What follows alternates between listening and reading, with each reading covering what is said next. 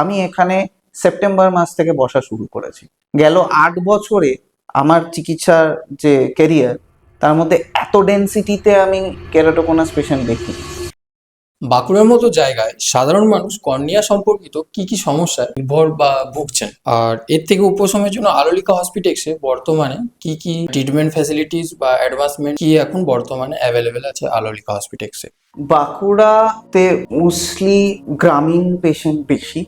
তো এই গ্রামীণ পেশেন্টদের মধ্যে খুব বেশি পেশেন্ট যারা আসে তারা ইদার চাষি হয়, বা হচ্ছে গিয়ে মাঠে ঘাটে কাজ করে, বা মুঠে মজুর হয়। তো এই সমস্ত পেশেন্টদের ক্ষেত্রে বেশ কিছু রকমের রোগ আমরা এখানে বেশি বেশি দেখি। তার মধ্যে এক ধরনের হচ্ছে কর্নিয়াল আলসার। তো কর্নিয়াল আলসারের মধ্যে খুব বেশি যেটা আমরা দেখতে পাই সেটা হচ্ছে ফাঙ্গাল কর্নিয়াল আলসার। স্পেশালি যখন হচ্ছে গিয়ে ধান রোয়ার সময় বা ধান তোলার সময়, এখন যেমন ধান তোলার সময়, তো এই সময় হচ্ছে গিয়ে মানে বিভিন্ন ধানের খোঁচা টোচা লেগে চোখে একদম ইনফেকশন হয়ে যাচ্ছে।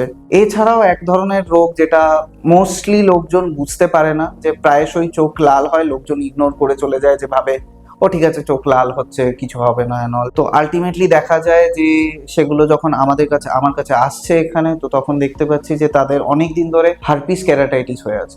এমন এক ধরনের খারাপ রোগ যে কখনো যায় না, চোখের নার্ভের মধ্যে লুকিয়ে বসে থাকে। ওষুধ দিয়ে একে কমাতে হয়, এবং এই ওষুধ মোটামুটি অনেক দিন যাবৎ চলে। তো লোকজন এখানে যেটা করে যে ওষুধ 2 দিন খেয়ে ভাবলো যে কমে গেল, আর খাবো না, কিন্তু সেটা করলে এই রোগ আরো বেড়ে যায়। এটা একটা খুব খারাপ জিনিস। তৃতীয়ত আরো এক ধরনের রোগ আমি যেটা এখানে দেখতে পাচ্ছি সেটা হচ্ছে জন্মগত বেশ কিছু রোগ থাকে, যেমন বিভিন্ন রকমের ডিস্ট্রফি। ছোটবেলা থেকেই কর্নিয়াতে অনেক রকমের দাগ হয়ে যায়, বিভিন্ন জিনিসপত্র জমে, সেগুলোকে ডিস্ট্রফি বলা হয়। এগুলো জন্মগত এবং বংশ পরম্পরায় হয়ে থাকে। তো বংশ পরম্পরা মানে ধরুন বাবার আছে, বাবার থেকে দুই ছেলেরই হয়ে গেল, তাদের বংশ পরম্পরায় রোগ হয়ে গেল।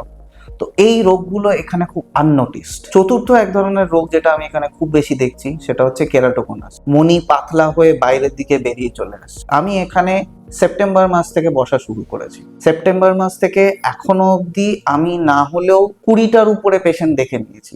গেল 8 বছরে আমার চিকিৎসার যে ক্যারিয়ার, তার মধ্যে এত ডেন্সিটিতে আমি কেরাটোকোনাস পেশেন্ট দেখিনি। তো এখানে এই গ্রামীণ পকেটসের মধ্যে এই সমস্ত আননোটিসড রোগ, খুব খারাপ রোগ, কিন্তু এই আননোটিসড রোগগুলো কিন্তু রয়েছে। তো যেখানে আমরা এখন বাঁকুড়া আলোলিকা হসপিটেক্সের তরফ থেকে আমরা এই রোগগুলো চিকিৎসা করা শুরু করেছি। যেমন কেরাটোকোনাসের জন্য এক ধরনের লেজার চিকিৎসা হয়, যেটাকে আমরা কোলাজেন ক্রসলিঙ্কিং বলে থাকি। তো এখানে প্রায় 10টার উপরে পেশেন্টের কোলাজেন ক্রসলিঙ্কিং হয়ে গেছে। ফাঙ্গাল বা এই হারপেটিক কেরাটাইটিসের জন্য অলরেডি সেগুলো মেডিকেল ট্রিটমেন্ট শুরু হয়ে গেছে। যাদেরকে সার্জারি করার প্রয়োজন, আমরা মানে উইদিন হয়তো 3-4 মাসের মধ্যে লাইসেন্স পেয়ে যাব কেরাটোপ্লাস্টি করার, মানে কর্নিয়া বদল করার, মণি বদল করার। তো সেটাও হয়ে গেলে আমরা সেটাও শুরু করে দেবো। তো মোটামুটি বিশ্বমানের যা যা কর্নিয়া চিকিৎসা করা যায়, এখানে আমরা সব রকমের চিকিৎসা করছি।